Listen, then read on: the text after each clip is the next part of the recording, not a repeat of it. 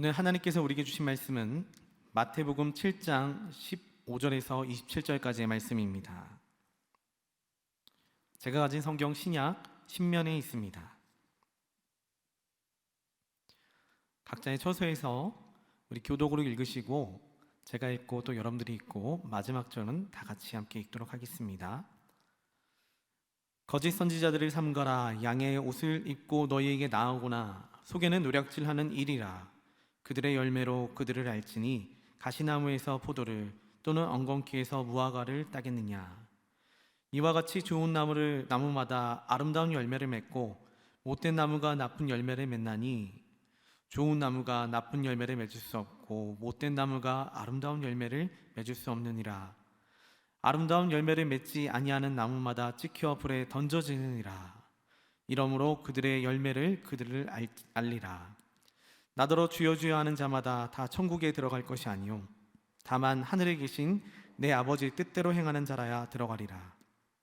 그날에 많은 사람이 나더러 이르되 주여 주여 우리가 주의 이름으로 선지자 노릇하며 주의 이름으로 귀신을 쫓아내며 주의 이름으로 많은 권능을 행하지 아니하였나이까 하리니 그때 내가 그들에게 밝히 말하되 내가 너희를 도무지 알지 못하니 불법을 행하는 자들아 내게서 떠나가라 하리라. 그러므로 누구든지 나의 이 말을 듣고 행하는 자는 그 집을 반석 위에 지은 지혜로운 사람 같으리니 비가 내리고 창수가 나고 바람이 불어 그 집에 부딪히되 무너지지 아니하나니 이는 주추를 반석 위에 놓은 까닭이요 나의 이 말을 듣고 행하지 아니하는 자는 그 집을 모래 위에 지은 어리석은 사람 같으리니. 다 같이 읽습니다. 비가 내리고 창수가 나고 바람이 불어 그 집이 부딪힘에 무너져 그 무너짐이 심하니라. 아멘. 우리 각자의 처소에서 스트리밍으로 혹은 각자 개인 경건으로 예배드리시는 모든 분들을 주님의 이름으로 축복하고 환영합니다. 오늘 말씀은 반석 위에 집을 지어야 합니다 라고 하는 주제를 가지고 하나님 말씀을 나누려고 합니다. 얼마 전에 인터넷을 뒤져보다가 이런 사람을 보았습니다. 어떤 한 사람이 작년에 황사가 심해가지고 마스크를 구매를 했는데 이분이 좀 손이 컸나 봅니다. 대부분 마스크를 구하면 한 박스, 두 박스 이렇게 구하는데 그 당시 250원짜리 하는 마스크를 1000장을 구매를 했다고 합니다. 집안에서 그때 쫓겨날 뻔했다고 합니다. 난리가 났다고 합니다. 그런데 지금 상황에 그분은 집안에서 거의 영웅 대접을 받습니다. 이걸 이야기를 듣다 보니까 이런 생각이 들었습니다. 지금은 비록 이해되지 않는 모든 부분들이 나중에는 꼭 필요한 부분으로 돌아오게 하시는 것이 하나님이시기 때문에 우리는 그 이야기를 잘 기억하며 살아가야 됩니다. 얼마 전에 TV를 보다가 어서와 한국은 처음이지 르완다 편을 보게 됐습니다. 그 르완다 친구들이 나와가지고 굉장히 즐겁게 한국 생활하는 모습을 보니까 굉장히 흐뭇했는데 마지막 이야기인가요? 이 친구들이 여행을 다 돌고 나서 밥을 먹다가 어느 한 친구가 이렇게 얘기합니다. 여행 너무 좋다. 여행 기간을 더 연장했으면 좋겠다 라고 이야기를 합니다. 그리고 나서 그 다음 말이 굉장히 마음에 와닿았습니다. 그 다음에 하는 말은 하지만 시간은 우리를 기다려주지 않잖아. 솔직히 이 이야기가 어떤 의미인지는 잘 모르겠는데 저에게는 한 가지 생각을 심겨줬습니다.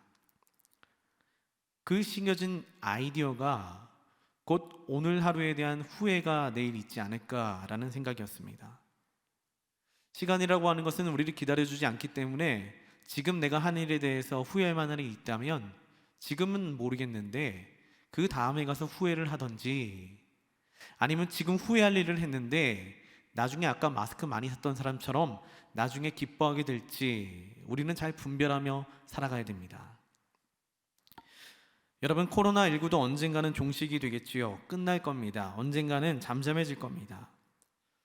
그런데 지금 이 기간 동안에 혹시 뭐라도 할 걸 하며 후회하고 살아가는지 아니면 나는 괜찮아, 나는 나름대로 잘 살았어 라고 나중에 돌아보게 될지 여러분 어떻게 판단하고 살아가실 수 있을지 여러분들 지금 생각해 보셨습니까? 지금 사실은 많은 어려움과 힘든 기간 맞습니다. 그런데 어찌 보면은 하나님께서 우리에게 주시는 한 가지 좋은 면은 곧 우리를 각자의 가정에 파송하신 하나님이 아닐까라는 생각이 들기도 합니다.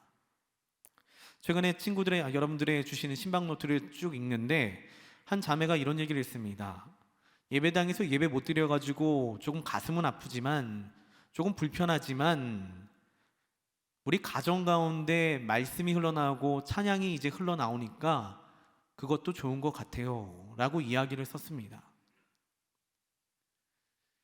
우리에게 있어서 이 재앙은 하나님께서 주신 또 하나의 기회가 될 수도 있습니다. 내가 있는 그 자리에서 내가 예배장이 된다면, 내가 예배자가 된다면, 내가 교회가 된다면 하나님께서는 우리를 그 자리로 파송한 것이 맞습니다. 그렇기 때문에 우리가 지금 파송받은 그 자리에서 후회하지 않도록 예배드리는 것도 중요하며, 더 중요한 사실은 후회하지 않도록 그리스도인으로 잘 살아내는 것도 중요합니다. 이렇게 어려울 때 나도 세상 사람들처럼 패닉, 힘들어하고 곤란해하고 어려워한다면 이거 끝난 뒤에 우리가 했던 것들은 무엇이 있을까요? 이와 같을 때 우리는 더 기도했고, 더 기뻐했고, 감사했고, 남을 도우려고 노력했고, 그런다면 끝나고 나서 그리스도인으로 돌아볼 때는 후회하지 않는 삶을 살았을 거라고 확신합니다. 그리고 더 나아가서 우리 마지막 날에는 어떻게 될까요? 우리의 마지막 날 천국과 지옥이 있다고 우리는 이야기를 합니다. 그런데 그 천국과 지옥이 가까이 있다라고는 생각하지 않기 때문에 오늘 하루를 후회하며 살도록 우리는 오늘 하루를 선택하지는 않는지 돌아봐야 됩니다. 우리는 모두 하나님 앞에서 평가를 받으며 살게 될 것입니다. 근데 그 하나님 앞에 평가받을 때에 지금 이 순간을 후회하며 돌아보며 잘했다 아니면 잘못했다 이렇게 돌아보지 않을까 한번 생각해 봐야 됩니다. 코로나19로 인해 오늘도 온라인으로 예배를 모이게 되었습니다. 오늘 여러분들이 선택한 예배의 모습이 나중에 여러분을 평가하는 기준이 될 수 있습니다. 지금 집에서 드리는 예배의 모습과 이 자리에서 드려지는 예배의 모습이 곧 하나님께서 여러분을 평가하는 기준이 될 수 있다는 겁니다.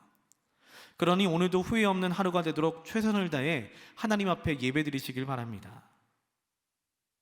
여러분, 오늘 하루는 지금껏 여러분들이 지내온 신앙생활과 삶의 종합이라고 할 수 있습니다. 어제도 하루가 있었고 오늘도 하루가 있고 내일도 하루가 있다고 다 따로따로 평가받는 것이 아니라 지금까지 쭉 살아온 것에 있어서 신앙의 결과물이 바로 오늘입니다. 그리고 오늘 살아낸 신앙의 결과물이 내일 또 나오게 됩니다.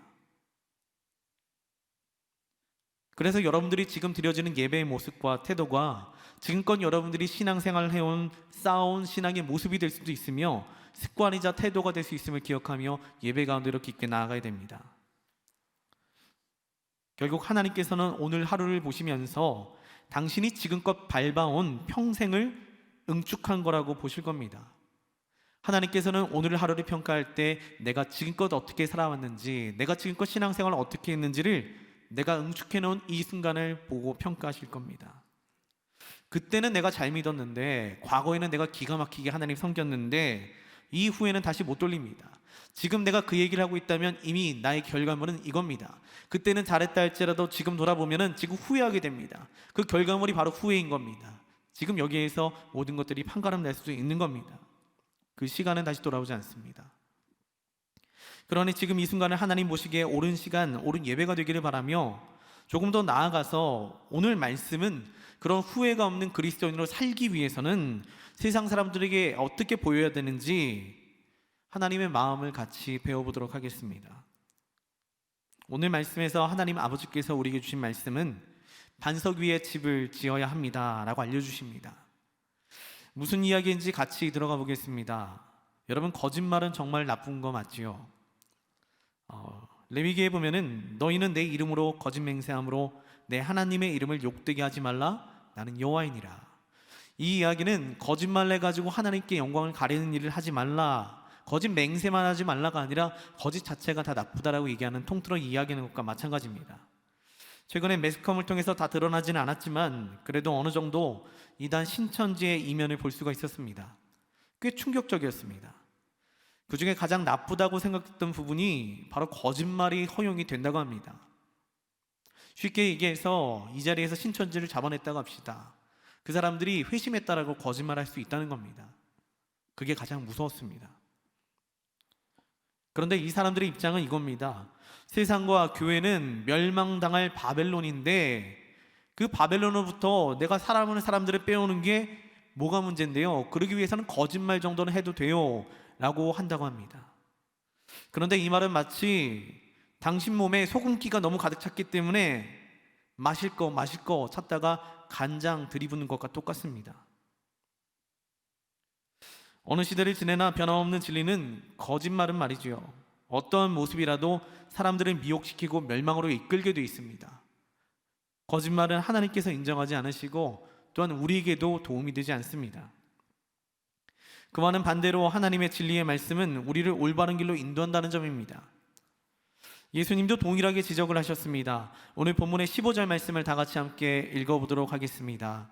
거짓 선지자들을 삼가라. 양의 옷을 입고 너희에게 나아오나 속에는 노력하는 일이라. 아멘. 예수님 말씀하신 본문을 보니까 양의 옷을 입은 거짓 선지자라고 나옵니다. 얼마 전에 어느 한 청년이 학교에서 이단을 만났나 봅니다. 그리고 나서 이야기하기를, 목사님, 그 사람 되게 착해요. 그 사람 엄청 잘해줘요. 그 사람 내 이야기 다 들어줘요. 이단 같지가 않아요. 저는 이단보다도 이 친구가 더 염려가 됐습니다. 아니, 이단이 화장도 무섭게 하고 목소리도 무섭게 내면서 나 이단이야 하고 다가오는 사람이 어디 있겠습니까?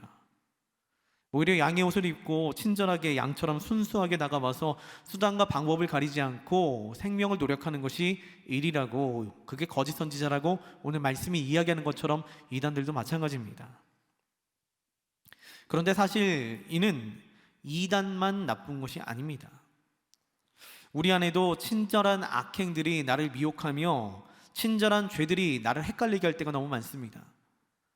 이건 죄라고 보기 어렵잖아요. 세상의 풍조지, 세상의 습관이지, 세상의 관습이지, 세상적인 거지 어떻게 이게 죄입니까? 라고 말하면서 말입니다. 결국에는 내 자신이 나 스스로에게 거짓말을 하는 것과 마찬가지입니다. 하나님 안 되라고 했던 말들을 내가 보기에는 이거는 괜찮아요, 이거는 세상적으로 볼 때는 선한 일이에요 라고 생각하며 그 자리에서 괜찮다라고 생각하는 겁니다. 저는 신대원을 마치고 나서 일반대학원을 들어갔습니다. 입학 후에 OT에 갔더니 일반대학원 완전히 다른 신세계였습니다. OT를 신학생들은 부흥회를 하는데 거기서 술집에서 하더군요. 그래도 난 목사니까 가가지고 저 목회자입니다 라는 거 밝히고서 술을 안 먹습니다 하고 앉았더니 옆에 계시던 나이가 지긋이던 교수님이 갑자기 옆에 쓱 오더니, 목사님 저도 교회 집사예요 그러는 겁니다. 그리고 술잔을 쓱 건네는 겁니다. 교수님이니까 좀 난감하더군요. 이거 어떻게 해야 되나 고민도 잠시 했는데 정신을 차리고 찬찬히 물었습니다. 아이고 교수님이 어느 교회 다니세요? 반갑습니다. 그랬더니 좀 지나자 이실 직고 하십니다. 제가 사실은 집사 직분은 받은 교수인데 교회는 잘 나가지 않습니다. 결국 깜빡 미혹될 뻔했습니다. 그 중에 가장 재미있는 사실은 술을 권해주신 교수님이나 그리고 우리가 아까 얘기했던 이단들이나 자신이 권하는 일에 대해서 어떤 결과를 낳게 될지는 모른다는 겁니다. 우리도 마찬가지입니다. 지금 우리가 하고 있는 모든 것들이 어떤 결과가 낳게 될지는 모르는 겁니다. 지금 집에서 편하게 예배드리며 집에서 그냥 편히 프리하게 드려지는 그 예배가 나의 예배의 삶에 어떤 영향을 미칠지 모른다는 겁니다. 여러분, 이단들은 자신이 그렇게 함으로, 거짓을 말함으로, 거짓 선지자로 다가감으로 남도 구원할 수 있고 자신도 구원받을 수 있다고 생각하는 게 이단입니다. 그렇게 세뇌되었기 때문에 거짓 확신으로 차 있습니다. 아까 술을 권했던 집사님, 교수님도 마찬가지입니다. 너 한번 당해봐라, 너 한번 무너져봐라가 아니라, 아니 사회생활 하려면 이 정도는 괜찮아요, 뭐 그런 뜻이겠지요. 나쁜 뜻은 아니었을 겁니다. 좋은 의도였을 것입니다. 하지만 우리 그리스도인들은 한 가지 기억해야 됩니다. A.W. 토저라는 목사님이 이런 얘기를 했습니다. 높은 수준의 확신은 높은 수준의 순종을 통해 이루어진다고. 여러분, 우리 신앙생활이 어느 정도 높이 있다고 생각하십니까? 지식이 높이 있다고 신앙 수준이 높은 것은 아닙니다. 우리 신앙 수준이 예수 그리스도의 장성한 분량까지 높으려면 그만한 순종이 따라야 됩니다. 여러분, 그렇지만 그렇지 않은 작은 일들이, 불순종에 따른 작은 일들이 결국 나의 오늘 하루를 만들게 될 수도 있음을 기억하시기 바랍니다. 하지만 이러한 일들이 다가오면은 그리스도인들은 분별해야 됩니다. 그리고 분별하기 위해선 예수님 하신 말씀을 잘 보아야 됩니다. 오늘 예수님 말씀은 표면적으로는 다 괜찮은 일 같지만 속으로는 노략질하는 일과 같이 우리의 생명 또는 삶을 노리는 일이라고 하는 겁니다. 거짓 선지자들이 우리를 살리고자, 정말 죽이고자 달려드는 것이 아니라 정말로 다 좋게 다가오며 옳은 이야기처럼 다가온다는 겁니다. 하지만 사실은 그 실상은, 그 내부는 이 모든 것들이 우리의 생명을 노력할 수 있는 것들이란 겁니다.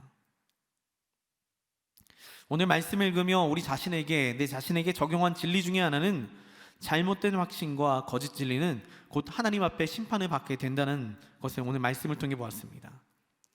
그런데 여기에서 말하는 확신과 진리는 거짓말로 똘똘 뭉친 모습을 이야기하지 않습니다. 또 그런 사람도 없습니다. 한 번 했던 거짓말이 끝까지 거짓말로 나가는 경우는 없습니다. 신앙생활도 마찬가지입니다. 내가 조금 부족한 신앙생활을 했는데 내가 이 부족한 신앙생활이 뭐가 잘못된지 모릅니다. 근데 그게 유지가 됩니다. 그러다 보면은 나는 괜찮은가 보다, 나 꽤 잘하나 보다 라고 하는 그 모습 가운데 고착화될 수 있음을 기억하며 오늘 말씀을 유연하게 한번 들어보시지요. 오히려 이 말씀을 우리에게 적용하자면 거짓이라 함은 완전하지 않은 진리와 그 진리를 잘못된 곳에 사용함도 잘못이라고 지적하고 있는 게 오늘 말씀의 거짓 선지자라는 겁니다. 완전하지 않은 진리, 그리고 그 진리를 잘못 사용하는 곳, 이게 다 거짓 선지자의 모습이 됩니다. 그리고 그 모습은 내 안에도 담겨 있습니다.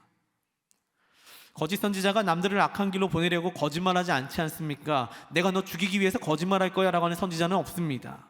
자신은 그게 진리라고 믿고 있습니다. 자신은 그렇게 진리를 사용하는 거라고 믿고 있습니다. 조금 다른 관점으로 설명을 해볼까요? 잘못된 확신과 거짓 진리는 나쁜 것, 악한 것입니다. 그런데 한 가지 더 하자면 그렇게 엉성한 진리라고 저는 표현하고 싶습니다. 엉성한 진리와 그릇된 곳에 적용되는 진리는 위험한 겁니다. 나쁜 것보다는 자기 자신에게, 우리에게 위험한 겁니다. 어느 목사님이 이런 이야기를 했습니다. 다른 사람의 잘못을 볼 수 있다고 해서 당신이 영적으로 더 성숙한 것은 아닙니다. 여러분, 우리가 오늘 온라인 예배를 드리면서 많은 질문 가운데 하나가 이 온라인 예배가 맞느냐 틀리느냐 얼마나 많은 질문을 받는지 모르겠습니다. 그러면서 각자의 주장을 펼칩니다. 이는 내가 배운 바에 의하면, 내가 아는 바에 의하면, 내가 들은 바에 의하면, 내가 읽은 바에 의하면 이것이 옳습니다라고 얘기합니다. 이것이 잘못됐다라고 누구나 비판할 수 있습니다. 그러나 비판하는 과정 가운데 한 가지 오류가 생기게 되는데 그 오류가 내가 그럼 옳구나라고 하는 오류가 생기게 된다는 겁니다. 저는 사실 오늘 말씀을 묵상하며 우리에게 다가오는 거짓 선지자들의 위험과 경고, 다가오는 자들에 대한 위험과 경고로도 보았지만 진짜 위험한 경고는 혹 내가 거짓 선지자가 되지 않을까라고 염려하며 말씀을 적용했습니다. 여러분, 엉성한 복음과 불완전한 믿음을 가지고 살아가게 되면 우리는 위험에 빠질 수밖에 없게 됩니다. 우리는 어려운 일이 닥치면 반드시 그와 같은 때 무너지게 됩니다. 그리고 그럴 땐 그 복음을 가지고 남들에게 적용을 시키게 되면 그것도 위험한 것이 됩니다. 예수님은 그것을 가지고 맹인을 다시 인도하는 것과 마찬가지라고 적용합니다. 우리는 자칭 거짓 선지자라고는 말하지는 않지만 그렇게 거짓을 감춘 자들이 되는 겁니다. 요즘에 제가 느끼는 것 중에 하나가 그 어느 것에도 확신이 들지가 않습니다. 믿음에 확신이 드는 것도 아니요, 아니면 그 어느 내가 가진 신념에 대해서도 확신이 드는 것도 없어집니다. 그런데 그 부분에 대해서 상담을 했더니 이런 얘기를 좀 해주셨습니다. 어느 나이가 많이 드신 목사님께서 그렇게 얘기합니다. 원래 나이가 들어가면 들어갈수록 정답을 못 찾는 게 진짜 좋은 사람이야 라고 얘기해 주시더군요. 여러분, 대학에 들어가가지고 사람들이 가장 교만할 때가 언제입니까? 1학년 때 뭣도 모르고 들어온 신입생들? 아니요, 2학년 때 될 때쯤에 나는 이 학문에 대해서 열심히 다 배운 것 같아, 완벽한 것 같아, 많이 아는 것 같아 라고 하는 착각에 빠진다고 합니다. 그러다가 3학년, 4학년 졸업할 때가 되면 깨우칩니다. 나는 배운 것이 아무것도 없고 아는 것이 없다. 더 재밌는 건 석사에 들어가면 더 그렇습니다. 석사학위를 공부하면서 느꼈던 것 중에 하나가 뭐냐면 진짜 나는 아무것도 아는 게 없구나라는 걸 깨우치게 됩니다. 그리고 박사학위가 되면은 그때는 정말 난 모르기 때문에 이렇게 공부한 겁니다 라는 것을 증명한다고 합니다. 그런데 우리가 모르는 게 또 한 가지 더 있습니다. 하나님 주신 말씀들에 대해서 너무 모릅니다. 요즘은 말을 하더라도 그 단어를 잘 이해해야 되거든요. 요즘에 어떤 일이 있다가 길가에 걷다가 돌풀이에 걸려서 넘어지면 여러분 뭐라고 하시나요? 짜증난다고 합니다. 길가에 가다가 수많은 사람들이 자꾸 막 지나가다가 날 몸에 치면 뭐라고 합니까? 짜증난다고 합니다. 김명환 소설가가 그런 얘기 했지요. 요즘에는 짜증나라는 단어로 세상의 모든 불평과 불만을 표현할 수 있다고. 그러다 보니까 이때는 화가 나는 것이며, 이때는 답답한 것이며, 이때는 우울한 것이며, 이때는 슬픈 것인데, 이 모든 단어들이 사라지고 짜증나 한마디로 모든 게 다 표현이 된다고. 저는 이 말씀을 말씀에 적용시켰더니 100% 이해가 됐습니다. 우리도 말씀에는 이 부분은 믿음을 적용시켜야 되며, 이 부분은 순종을 적용시켜야 되며, 이 부분은 기도를 적용시켜야 되는데, 그렇게 하지 않냐고 그냥 믿음, 기도 이러다 보니까 잘 맞지 않는 겁니다. 여러분, 우리들은 온전한 믿음을 갖고 살아가는 것이 아니라, 완전한 믿음을 가지고 살아가는 것이 아니라, 여러분, 단지 우리는 이 믿음을 이해한 것이 아니라 익숙해진 사람들일 뿐입니다. 그런데 이는 익숙해진 모든 부분들을 아는 것으로 착각할 때가 있습니다. 쉬운 예를 들어보니까 이렇게 될 수 있습니다. 주기도문이나 사도신경을 같이 합시다 하면은 줄줄 외우는 사람이 많습니다. 그러면 우리는 이렇게 생각합니다. 아, 나 주기도문 안 해, 사도신경 안 해. 근데 정말로 여러분들에게 종이 나눠주며 주기도문, 사도신경 써보세요 하면은 틀리고 쓰지 않을 사람이 거의 없을 겁니다. 이는 익숙해진 것이지 내가 아는 것이 아니기 때문입니다. 여러분, 이와는 마찬가지로 우리는 진리의 말씀을 듣는데 익숙하며, 선한 일에 있어서 동참하는 데 익숙하며, 그 일에 동의하는 데 익숙하며, 악을 행하는 데는 마음이 불편해지는 데 익숙하며, 악에 대해서 이야기할 때는 마음을 닫아놓는 것에 익숙하며, 그와 같이 익숙해진 것이지 내가 이것에 대해서 온전하게 알고 믿는 것이라고 착각하면 안 됩니다. 여러분, 익숙함을 아는 것으로 착각하는 것이 바로 거짓이 우리 삶에 침투하는 길입니다. 거짓 선지자는 그와 같은 겁니다. 내가 알고 있던 잘못된 진리를 그냥 갖고 있는데 살다 보니까 이게 익숙해진 겁니다. 그러다 보니까 아, 나는 진리를 아는 사람인가 보다 하고 생각하게 됩니다. 제가 이 이야기를 3년 전에 일기장에 썼습니다. 나는 진리를 모르는 사람 맞습니다. 그러다가 오늘에서야 이 이야기가 마음에 확 와닿았습니다. 예전에 입술 가운데 이렇게 혓바늘 같은 게 나가지고, 혓바늘 같은 거 나면은 뭐 되게 아프기도 하는데 물집 같은 거 지면 저는 이렇게 짜내거든요. 되게 아픈데도 짜냅니다. 그러면 굉장히 빨리 낫습니다. 제가 이것을 알아가지고 누구한테 권해줬습니다. 혓바늘 났어? 이거 짜면 돼 했더니 그 사람이 말을 안 듣습니다. 그래서 계속 짜면 돼 그랬는데 나중에 그 친구가 한마디를 합니다. 야, 너만 옳은 줄 알아? 그렇게 하면서 화내면서 저하고 등을 돌리더군요.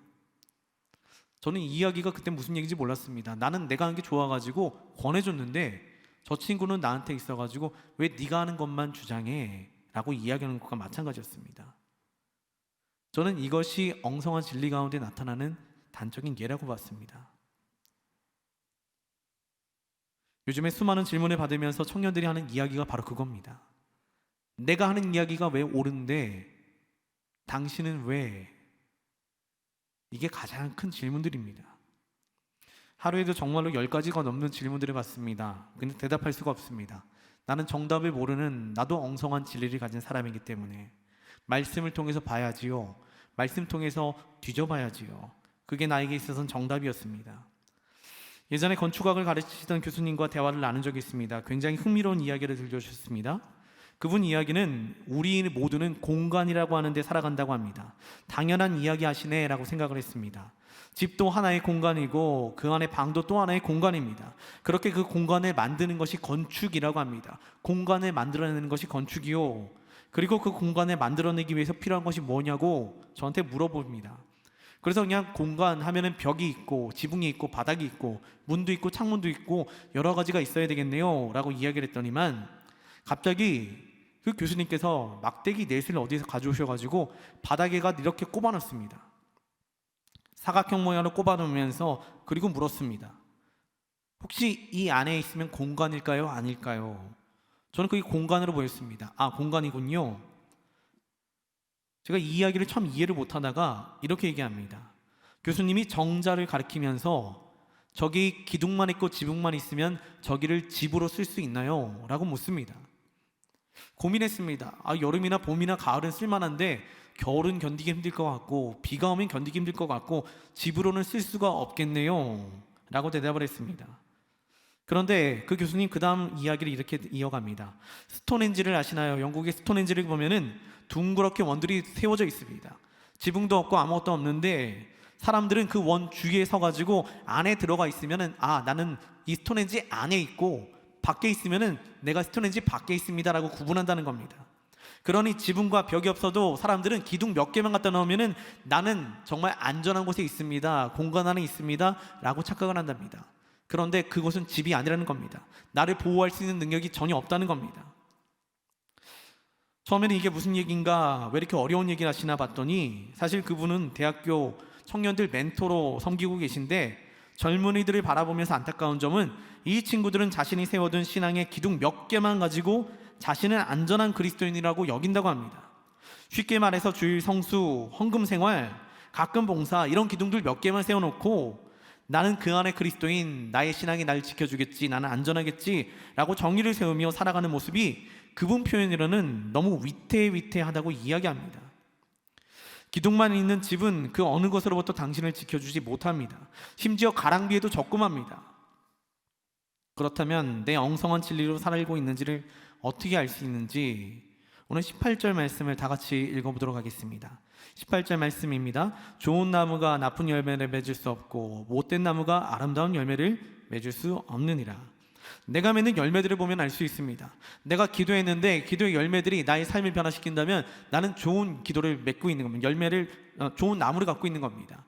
내가 말씀을 열심히 보는데 말씀을 통해 나에게 위로가 되면, 나에게 평안이 된다면 그 열매를 보고 나에게 있어서는 정말로 열심히 하고 있는 말씀 생활이 있는 겁니다. 다시 하나님 아버지의 마음을 들여다보면 우리에게 아버지께서 원하시는 것은 아름다운 열매 맺기를 원하신다는 것을 오늘 말씀을 통해 알 겁니다. 그리고 그 아름다운 열매는 바로 하나님의 나라라고 오늘 말씀은 궁극적으로 얘기합니다. 21절 말씀을 다 같이 함께 읽어보겠습니다. 21절 말씀입니다. 나더러 주여 주여 하는 자마다 다 천국에 들어갈 것이 아니요 다만 하늘에 계신 내 아버지의 뜻대로 행하는 자라야 들어가리라. 아멘. 그런데 한 가지 문제가 그 다음에 나옵니다. 22절 말씀도 읽어보겠습니다. 그날에 많은 사람이 나더러 이르되 주여 주여 우리가 주의 이름으로 선지자 노릇하며 주의 이름으로 귀신을 쫓아내며 주의 이름으로 많은 권능을 행하지 아니하였나이까 하리니. 아멘. 문제는 엉성한 진리를 가진 사람도 하나님의 능력을 맛볼 수 있다는 겁니다. 우리 삶에 있어서 나 혼자 예배드리는 그 마음의 만족감, 이렇게 집에서 예배드리면 되지, 나 혼자 예배드리면 되지 라고 하는 그 엉성한 진리도 은혜 받을 수 있다는 겁니다. 또한 그런 일들을 겪으면서 내가 가진 진리가 확실한 것인 줄 알며 살아간다는 것이 너무 안타까운 겁니다. 어느 한 청년이 끈질기게 물어본 겁니다. 혼자서 이렇게 온라인 예배 드리는 게 앞으로는 좋을 것 같습니다. 괜찮은 것 같습니다. 얘기합니다. 하나님께서는 원하시는 공동체는 모이는 겁니다. 우리 같이 모여서 함께 공사하는 겁니다. 교제하는 겁니다. 아니랍니다. 나는 혼자서 예배 드리는데 은혜 받습니다. 정말로 오랜 기간 동안 끈질기게 이야기했던 것들입니다. 그런데 이런 사람들의 문제는 바로 마지막 때의 후회입니다. 23절 말씀입니다. 다 같이 읽어보겠습니다. 23절 말씀. 그때 내가 그들에게 밝히 말하되 내가 너희를 도무지 알지 못하니 불법을 행하는 자들아 내게서 떠나가라 하리라. 아멘. 여러분, 시간은 다시 돌아오지 않습니다. 그리고 혹시 나를 오늘 천국에 하나님 부르신다면 그동안 내가 잘 믿었던 모습을 하나님 앞에 내어놓는 것이 아니라 그 모든 삶의 응축, 바로 오늘을 하나님 앞에 내려놓게 될 수 있습니다. 그런데 혹 나의 삶의 엉성한 진리가 익숙한 자리, 익숙한 진리 때문에 내가 하나님 앞에 잘못되어 있다면 어떻게 하시렵니까? 우리는 아무리 은혜를 받았다 해도, 선한 일을 많이 했다 해도, 많은 신앙적인 기둥들을 세웠다 해도 하나님 앞에 인정을 받지 못하게 될 수도 있다는 것을 오늘 말씀을 통해 우리가 배우게 됩니다. 누가 물었습니다. 그러면 하나님 말씀을 다 지켜야지만 천국에 갈 수 있습니까? 그러자 어느 나이가 많이 드신 목사님이 이런 얘기를 했습니다. 자신은 평생 성경의 모든 내용을 다 설교하지도 못했습니다. 그런데 그분이 믿는 바 그래도 하나님께서는 자신을 통해 하실 말씀은 다 하셨을 겁니다 라고 이야기하시고, 말씀을 다 안다고 좋은 신앙인이 되는 것은 아니겠지요. 여러분, 이미 여러분들은 좋은 신앙인이 되게 하기 위해서 하나님께서 주실 말씀을 다 주셨습니다. 그렇게 주신 말씀을 붙들고 지키는 것이 바로 오늘 말씀 24절과 25절 말씀입니다. 다 같이 함께 읽어보겠습니다. 그러므로 누구든지 나의 이 말을 듣고 행하는 자는 그 집을 반석 위에 지은 지혜로운 사람 같으리니 비가 내리고 창수가 나고 바람이 불어 그 집이 부딪히되 무너지지 아니하나니 이는 주추를 반석 위에 놓은 까닭이요. 코로나 바로 전에 병원 갈 일이 있어서 잠시 들렀는데 거기 누워있던 분이 해주신 이야기입니다. 지금은 말씀을 더 듣기도 하나님 앞에 섬기기도 힘듭니다. 그러니 지금 내가 지금까지 듣고 배운 말씀만큼이라도 잘 지키며 살고 싶습니다. 저는 이게 아버지 하나님의 말씀이라고 생각했습니다. 이게 바로 반석 위에 세운 집이라고 생각했습니다. 나에게 이미 주신 말씀은 충분하지 않습니까? 내가 이미 받은 은혜는 충분하지 않습니까? 그러면 그 말씀과 배운 것 위에서, 배운 것 안에서 살아가는 것이 곧 반석 위에 살아가는 겁니다. 이후 말씀은 한 가지 경고를 더해줍니다. 26절과 27절 말씀을 다 같이 읽어보겠습니다. 나의 이 말을 듣고 행하지 아니하는 자는 그 집을 모래 위에 지은 어리석은 사람 같으리니 비가 내리고 창수가 나고 바람이 불어 그 집에 부딪힘에 무너져 그 무너짐이 심하니라. 아멘. 오늘 말씀은 듣고 아는 말씀을 잘 지켜라가 실천입니다. 대개 말씀을 몰라서 무너지는 경우는 없습니다. 말씀을 알지만 자꾸 다른 길을 찾으려 하기 때문에 무너지는 겁니다. 지금까지 아는 것 말고 새로운 거, 조금 더 나은 거 찾기 때문에 무너지는 겁니다. 말씀은 알지만 지키지 않으려고 다른 방법을 찾으려고 노력하기 때문에 하나님의 능력을 맛보지 못하는 건 아닌지요? 하나님께서 우리 가운데 역사하지 않는 건 아닌지요? 늘 우리를 넘어뜨리는 말, 그 말씀만 빼고 다른 말씀은 다 지키겠습니다. 저는 술에 대해서 매우 민감하게 반응하는 사람입니다. 근데 이 말씀을 가지고 아무리 이야기를 해도 그 말씀을 빼고 지키겠습니다 하는 사람들이 너무 많습니다. 이것은 진리의 기둥을 몇 개 빼는 것과 마찬가지입니다. 기둥 4개만 가지고도 집이 되지 않는데 그 한 가지 빼고 다른 것만 가지고 지키겠습니다. 이게 어찌 우리 삶 가운데 나의 신앙생활을 지키겠으며 어찌 그것이 우리 삶을 돌아볼 수 있게 해주겠습니까? 사랑하는 청년 여러분, 우리는 살아가며 내가 지키는 몇 가지 말씀 아니면 익숙해서 동의하는 말씀 몇 개만 가지고 살아가는 엉성한 그리스도인이 되면 안 됩니다. 우리에게 주셨던 말씀들 잘 기억해내면서 행하며 살아가야 됩니다. 죄는 짓지 말고 이웃은 사랑하고 또한 원수는 사랑하고 이 이야기들이 있는데 그거 빼고 요거 빼고 아는 말씀들은 많지만 지키지 못한다면 그 집을 모래 위에 세운 어리석은 사람이 됩니다. 오늘 말씀 가운데 주여 주여 하는 자마다 다 천국에 들어갈 것이 아니라고 말합니다. 특히 엉성한 진리로는 천국에 들어갈 길이 없습니다. 오늘도 내 모습이 엉성한 예배자의 모습이라면 이 예배는 혹 하나님 받으실 만한 예배일까 돌아보시길 바랍니다. 코로나19로 교회라는 공간을 떠나 신앙생활하게 되었습니다. 이럴 때 생기는 현상이 바로 이 엉성한 신앙생활이었기 때문에 무릎으로 정말 말씀을 준비했습니다. 내가 먼저 엉성한 신앙생활이 되지 않을까. 차라리 누가 옆에 있어서 잔소리라도 하고 누가 이렇게 충격이라도 주면은 뭐라도 움직일 텐데 그 누구도 감시하지 않는 것 같고 그렇다고 난 잘하는 것 같고 이럴 때가 제일 위험입니다. 이럴 때일수록 더욱 반석 위에 서 있으려고 노력을 해야 됩니다. 이 반석은 그동안 우리에게 주셨던 충분한 하나님의 말씀들입니다. 여러분들은 지금 코로나19로 각자의 가정에 피신해 있는 사람들이 아니라 각자의 가정과 세상 속으로 파송된 선교사들처럼 살아야 합니다. 그러기 위해서는 엉성한 진리보다는 내가 아는 말씀 붙들고 흔들리지 않게 살아가는 게, 말씀들을 다시 한번 돌아보며 세상 속에 그렇게 살아가는 게 옳지 않을까 싶습니다.